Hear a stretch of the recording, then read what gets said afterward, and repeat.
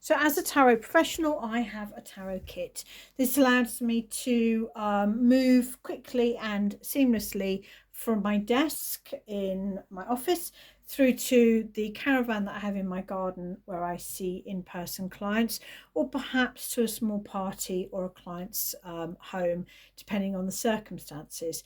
What I need actually isn't that much. Now, I've not included my computer or my headphones in this because they tend to stay on my desk because I tend to do most online or phone readings from my desk.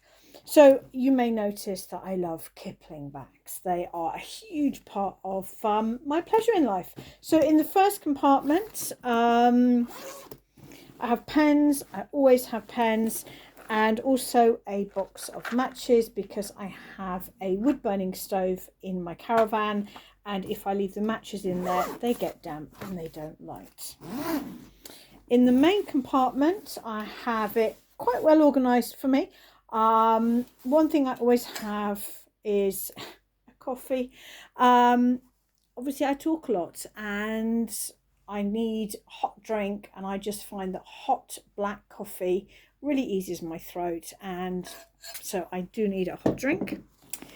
I have my client book, basically for each client, and obviously I'm not going to actually show you a client page because that would be terrible, but for each client I will write their name, the time of the appointment, both start and the end, and then I will mind map.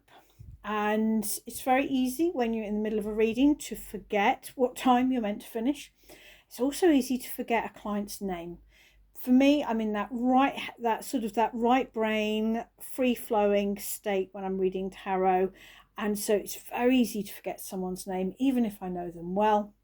And then I'm just mind mapping. I'm not writing copious notes, but perhaps if they're giving me a partner's name or a child's name, then I will just be jotting them down here so I can quickly refer to them. And then I will often create the spread depending on what is in my mind map.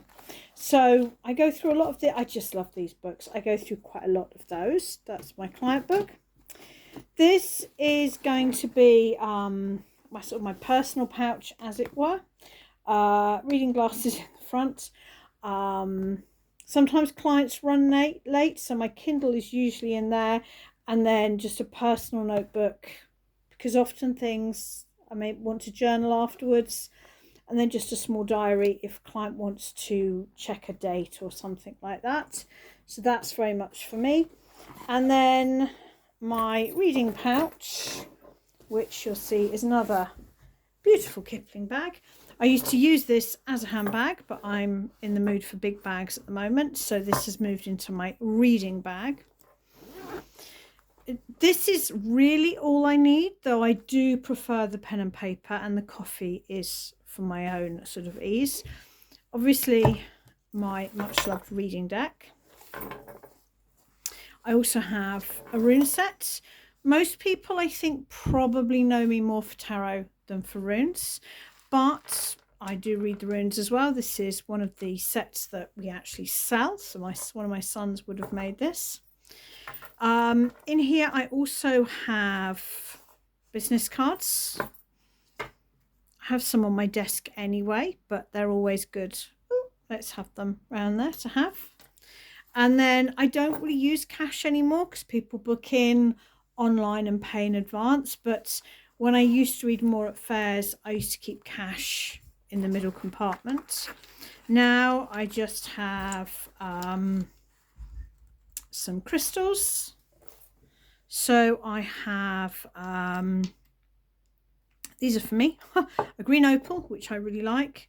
It may be a little bit broken, but I still love this piece of, it's the young amber, and I can't remember what that's called, but it's not sort of the jewellery grade amber, but I just like to have it basically. It feels nice. And Preseli blue, which I think is my absolute favourite crystal. I really find this helpful if a client is in trauma, or if they need to ground or just kind of feel loved or held, then I will often give them the Preseli blue. It's the one bit of crystal that I recommend people buying the most. And then I always have a pen in there as well. So if I'm, and I will change the crystals depending on my mood or depending on what's going on. It just keeps it all together, because otherwise there is a danger that I will run out to the caravan and I won't have my rune set, or I won't have a pen or something of that nature. And when you know, I can easily be having 5 minutes to get from my work desk to the caravan between clients. And so in an emergency, if I'm dashing, then all I really need